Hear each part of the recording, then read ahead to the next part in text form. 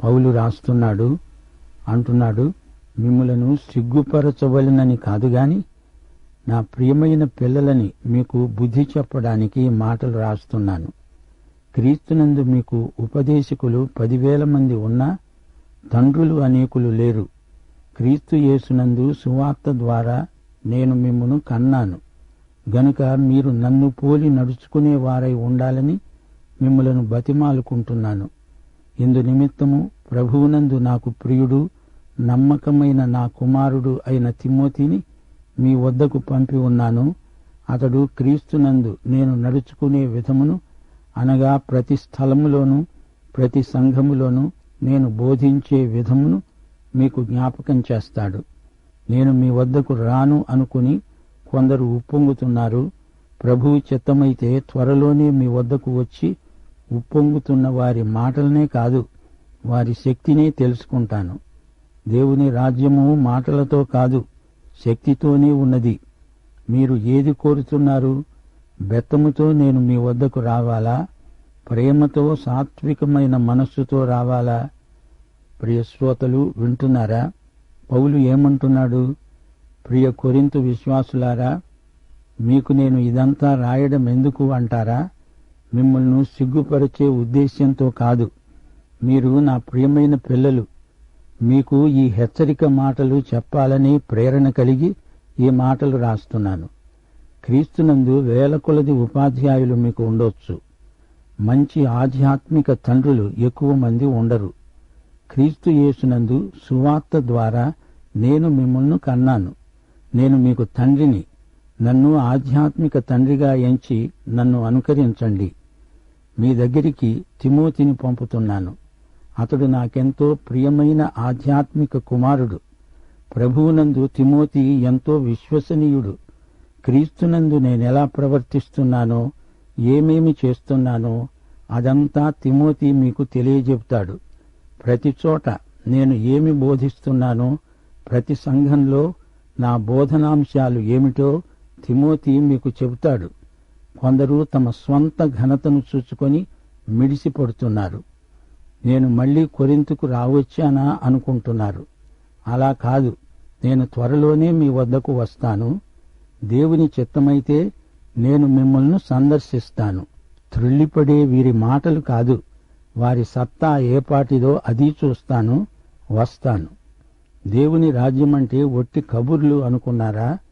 దేవుని రాజ్యము శక్తిభరితమైనది, జ్వాలాగర్భితమైనది. మీకు నా నుండి ఏం కావాలి? నేనేం తేవాలి? బెత్తంతో వచ్చేదా? ప్రేమతో, మృదు స్వభావంతో, ఆప్యాయతతో వచ్చేదా? ఎలా రమ్మంటారు చెప్పండి. ప్రియ శ్రోతలు, పౌలు ఈ కొద్ది మాటలతో కొరింథు సంఘములోని కక్షలను గురించి తాను తీసుకోబోయే చర్యను ముగిస్తున్నాడు. తాను ఒక తండ్రిగా తన బిడ్డలతో మాట్లాడినట్లే రాస్తున్నాడు. తండ్రి తన బిడ్డలకు చేస్తున్న హితోపదేశమిది. ఎఫెసీ పత్రిక 6వ అధ్యాయం 4వ వచనం కూడా ఇలాగే ధ్వనిస్తుంది. తండ్రులారా, మీ పిల్లలకు కోపము రేపక ప్రభువు యొక్క శిక్షలో బోధలో వారిని పెంచండి. పౌలు ఇక్కడ అదే పని చేస్తున్నాడు. ఈ మాటల ద్వారా తన ఆధ్యాత్మిక బిడ్డలను క్రమశిక్షితులను చేస్తున్నాడు. తండ్రి తన కుమారులకు ఇస్తున్న ఉపదేశమిది. ఇందులో తండ్రి యొక్క వాత్సల్యం కనబడుతోంది. తప్పిపోయే కుమారుల పట్ల తండ్రి యొక్క జాలి, సానుభూతి ఈ సందేశంలో ద్యోతకమవుతాయి. కొరింథు సంఘానికి అపొస్తలుడైన పౌలుకు మధ్య ఉన్న సంబంధం ఎలాంటిదో చూచారా? యూద గృహాలలో బాల శిక్షకులని ఉండేవారు. వీరు అనుభవజ్ఞులైన బానిసలు. బాల శిక్షకుడు బాలను బడికి తీసుకెళ్తాడు. బాలుని ప్రవర్తనను సరిదిద్దుతాడు. పిల్లల పోషణ, సంరక్షణ విషయంలో బాధ్యత బాల శిక్షకునిదే. ఇలాంటి శిక్షకులు ఎందరున్నా తండ్రులు ఎక్కువ ఉండరు. తండ్రి ఒక్కడే ఉంటాడు. పౌలు కొరింథు సంఘంలో ఒక తండ్రిగా వారిని వాత్సల్యంతో పెంచాడు, పెద్ద చేశాడు. క్రీస్తునందు వాక్యము ద్వారా వారిని కన్నాడు, పెంచాడు. తాను వారికి ఆధ్యాత్మికంగా తండ్రి. నా పిల్లలారా, మీ తండ్రినైన నన్ను పోలి నడుచుకోండి. నేను చెప్పినట్లు నేను చేసినట్లు మీరు చెయ్యాలి. మీ ఆధ్యాత్మిక తండ్రిని మీరు ఈ విధంగా సన్మానించాలి, సత్కరించాలి. విశ్వాసమందు నన్ను అనుకరించండి అంటూ వారికి హితవు చెబుతున్నాడు. నేను మీ వద్దకు తిమోతిని పంపుతున్నాను. నా పద్ధతులను విధానాలను తిమోతి మీకు జ్ఞాపకం చేస్తాడు.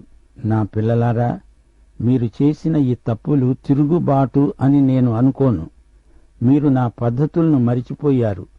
అందుకే ఇదంతా మీకు జ్ఞాపకం చేయడానికి తిమోతిని మీ వద్దకు పంపాలని నేను నిర్ణయించుకున్నాను. అవును, మరచిపోవటం మానవ స్వభావం. మనం చాలాసార్లు మన ప్రభువును మరచిపోవడం చేత తప్పులు దొర్లుతాయి. ఆధ్యాత్మిక విషయాలలో మతిమరుపు వల్ల మనకెంతో నష్టం వాటిల్లుతుంది. మనలో ఉన్న పరిశుద్ధాత్మ గొప్ప ఆదరణకర్త.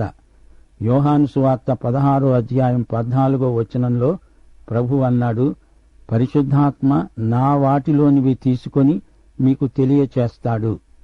యోహాను సువార్త 14వ అధ్యాయం 25, 26 వచనాలు. ఆదరణకర్త అనగా తండ్రి నా నామమున పంపబోయే పరిశుద్ధాత్మ సమస్తమును మీకు బోధించి నేను మీతో చెప్పిన సంగతులన్నిటినీ మీకు జ్ఞాపకం చేస్తాడు. అనగా పరిశుద్ధాత్మ మనలో ఉన్న గొప్ప జ్ఞాపకకర్త. అలాగే తిమోతి కొరింథు సంఘానికి పంపబడి పౌలు పద్ధతులు వారికి జ్ఞాపకం చేస్తున్నాడు. ప్రభువు బల్ల వద్ద మాత్రమే కాదు, సర్వకాల సర్వావస్థల్లో మనం మన ప్రభువును జ్ఞాపకం చేసుకుంటూ ఉండాలి. తిమోతిని పంపుతున్నాను అంటే నేను రావటం లేదు అని అనుకోవద్దు. నేను తప్పకుండా వస్తాను అంటున్నాడు పౌలు. తాను వెళ్లి పరిస్థితులు ఎలా ఉన్నవో పరీక్షిస్తాడు. కొరింథు విశ్వాసులు ఎక్కువ మాట్లాడతారు. వారి మాటలు కాదు, చేతల్లో వారి వాలకం ఎలాంటిదో ఇట్టే తెలిసిపోతుంది. ఫలాన్ని బట్టి చెట్టు ఎలాంటిదో ప్రజలే నిర్ణయిస్తారు.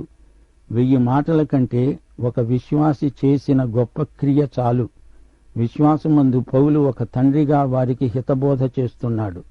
క్రైస్తవ ఉద్యమం కేవలం నోటి మాటలు కాదు.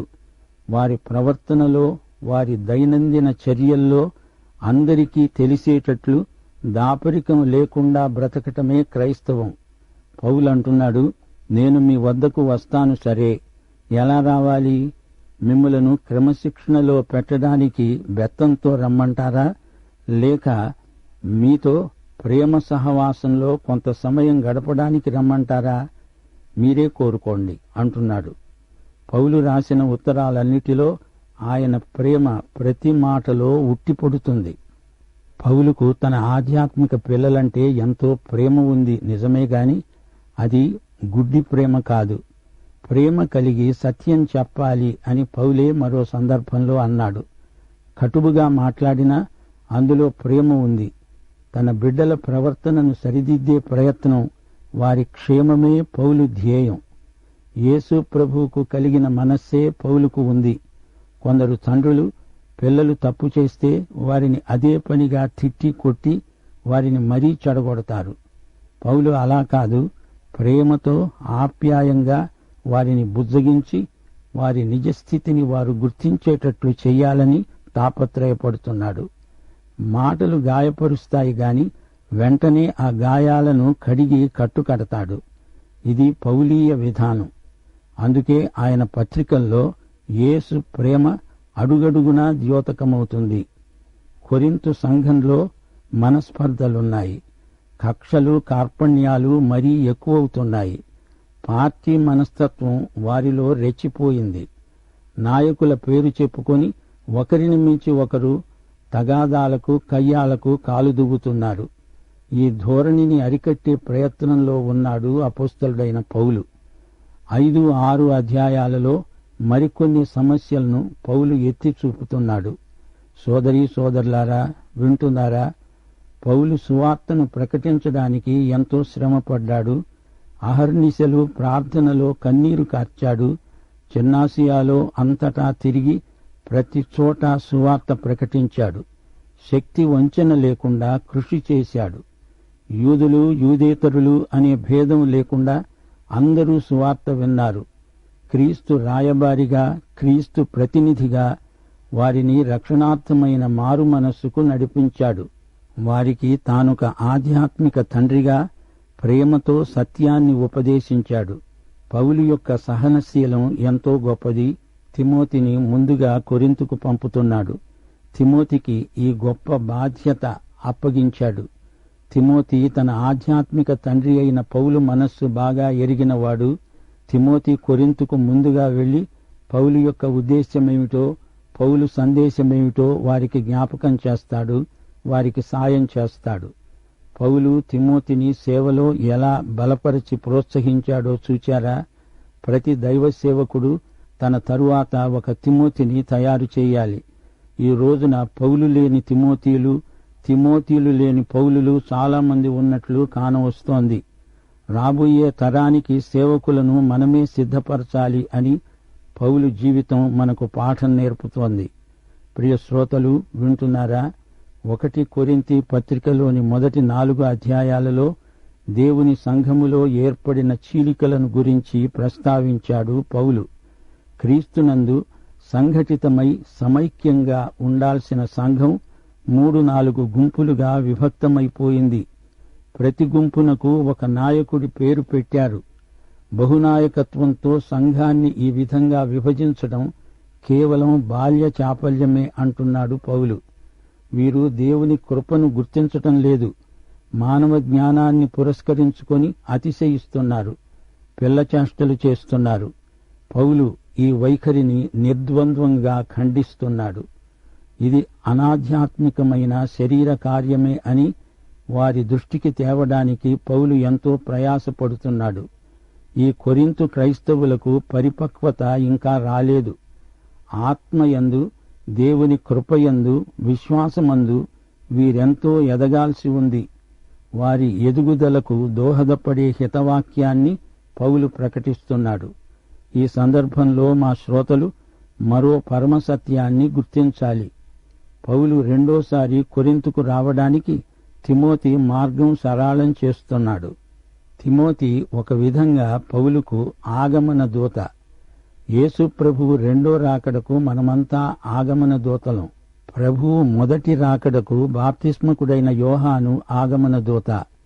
ఈ పాఠంలో 20వ వచనంలో పౌలు దేవుని రాజ్యాన్ని పేర్కొన్నాడు. దేవుని రాజ్యము మాటలతో కాదు, దేవుని శక్తితోనే ఉన్నది. దేవుని రాజ్య పరిచర్య, సేవ సూచనలతో, మహత్కార్యములతో కూడినది. అద్భుతాలు జరుగుతాయి. దేవుని సంఘం రాజ్య సువార్తను ప్రకటించాలి. సకల జనములకు సువార్త ప్రకటించబడినప్పుడే అంతం వస్తుంది. సమయమనక అసమయమనక సువార్త ప్రకటిస్తూనే ఉండాలి. ఇది యేసు ప్రభువు వారి ఆజ్ఞ. ఎంతో భారంతో ఈ సలహా ఇస్తున్నాడు అపొస్తలుడైన పౌలు. కఠినమైన మాటలు పలికి మిమ్మల్ని నొప్పించాలని గాని, మిమ్ములను సిగ్గుపరచాలని గాని ఉద్దేశించిన వాణ్ణి కాను. మీరు నా ప్రియమైన పిల్లలు. తండ్రి పిల్లలకు బుద్ధి చెప్పాలి గదా. కేవలం ఇది ఉపదేశం మాత్రం కాదు, తండ్రి పిల్లలకు నేర్పదలుచుకున్న ప్రవర్తన నియమావళి. తండ్రి తన పిల్లలకు చెప్పేదంతా వారి మేలుకే. ఉత్తరోత్తర ఈ మాటలు వారి జీవితాలలో సత్ఫలితాలనిస్తాయి. సంఘ జీవితంలో గొప్ప ఉజ్జీవము కలగబోతోంది. అది పౌలు నిరీక్షణ.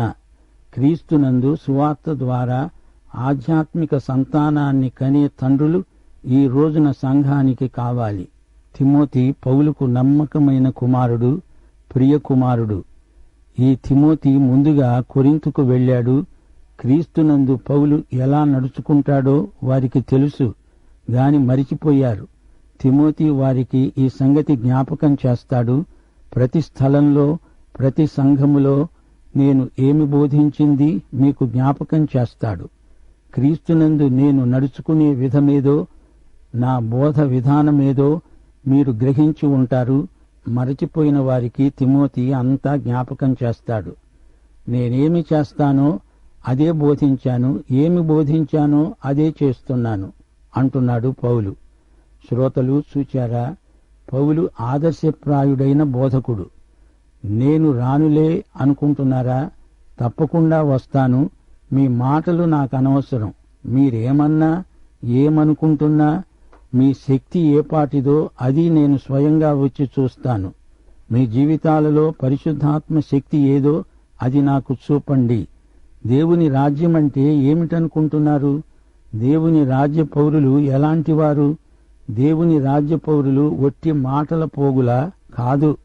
దేవుని రాజ్యం శక్తిభరితమైనది. దేవుని రాజ్యంలో పరిశుద్ధాత్మ శక్తి కానవస్తుంది.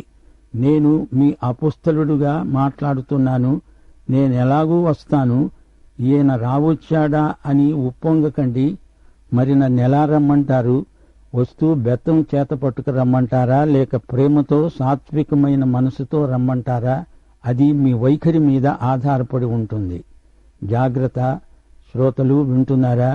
ఈ 4వ అధ్యాయంలో పౌలు జీవితానికి 4 నిర్వచనాలు చెప్తున్నాడు. 1 నుండి 5వ వచనం వరకు జీవితమంటే గృహ నిర్వాహకత్వం. గృహ నిర్వాహకులు దేవునికి ఎంతో విశ్వసనీయులు. మనందరికీ తీర్పరి ప్రభువే. 6 నుండి 8వ వచనం వరకు జీవితమంటే దేవుడిచ్చిన ఈవి, వరం. మన జీవితమంతా ప్రభువు మనకిచ్చిందే. పొందినదంతా ఆయనదే. మన ఆధిక్యము ఆయన ఇచ్చిందే. 9 నుండి 13వ వచనం వరకు జీవితమంటే ఒక పోరాటం. ఎన్నో ప్రతిఘటనలను ఎదుర్కొని పోరాడాలి. నిందలు, హింసలు అన్నీ ప్రభువు కోసం ఓర్చుకోవాలి. ఇక 14 నుండి 21వ వచనం వరకు జీవితమంటే ఒక పాఠశాల, ఒక బడి. జీవిత పాఠశాలలో ఎన్నెన్నో పాఠాలు నేర్చుకోవాలి. పౌలు వీరికి ఒక ఆధ్యాత్మిక తండ్రి. తన బిడ్డలను క్రమశిక్షణలో పెట్టాలి. అవసరమైతే బెత్తం ప్రయోగించాలి. తన బిడ్డలు గుణపడాలి. తన పరలోకపు తండ్రి అనేక చేతులను, స్వరాలను వాడి మనలను సరిచేస్తాడు. మన ప్రవర్తనను చక్కదిద్దుతాడు. మనము యేసు శిష్యులం. ఆయన బడిలో క్రమశిక్షితులం. విద్యార్థులం మాత్రమే కాదు, అంతకు మించి ఆయన శిష్యులం. విద్యార్థి పాఠాలు మాత్రమే నేర్చుకుంటాడు గాని శిష్యుడు గురువునే నేర్చుకుంటాడు. శ్రోతలు మరిచిపోకండి, జీవితం గృహ నిర్వాహకత్వం. జీవితం దేవుని ఈవి. జీవితం ఒక పోరాటం. జీవితం ఒక బడి.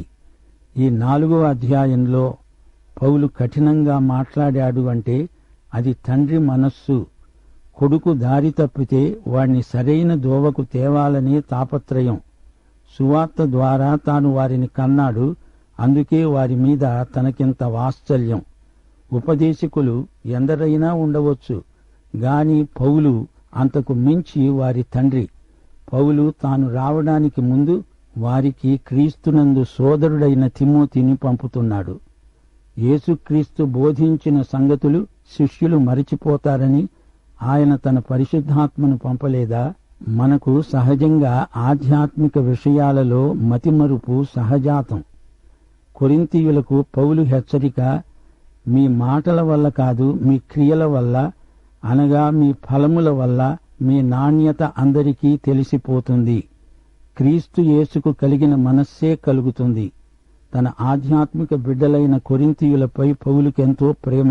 ఈ అధ్యాయంతో ఈ ప్రస్తావన ముగిసింది. ఇక సంఘ బిడ్డల నైతిక శీలాన్ని గురించి వ్యక్తిగతంగా రాబోయే అధ్యాయంలో పౌలు మాట్లాడతాడు. ఆ తరువాత వారి కోర్టు వ్యాజ్యాలను గురించి గద్దిస్తాడు. ప్రియ శ్రోత, నీవు యేసుక్రీస్తును నీ వ్యక్తిగత రక్షకునిగా ఎరుగుదువా? మన ప్రభు అయిన యేసుక్రీస్తు వారి దివ్య కృప, తండ్రి అయిన దేవుని పరమ ప్రేమ, పరిశుద్ధాత్మ యొక్క అన్యోన్య సహవాసము మనకందరికీ నిత్యత్వము పర్యంతము తోడై ఉండునుగాక. ఆమేన్.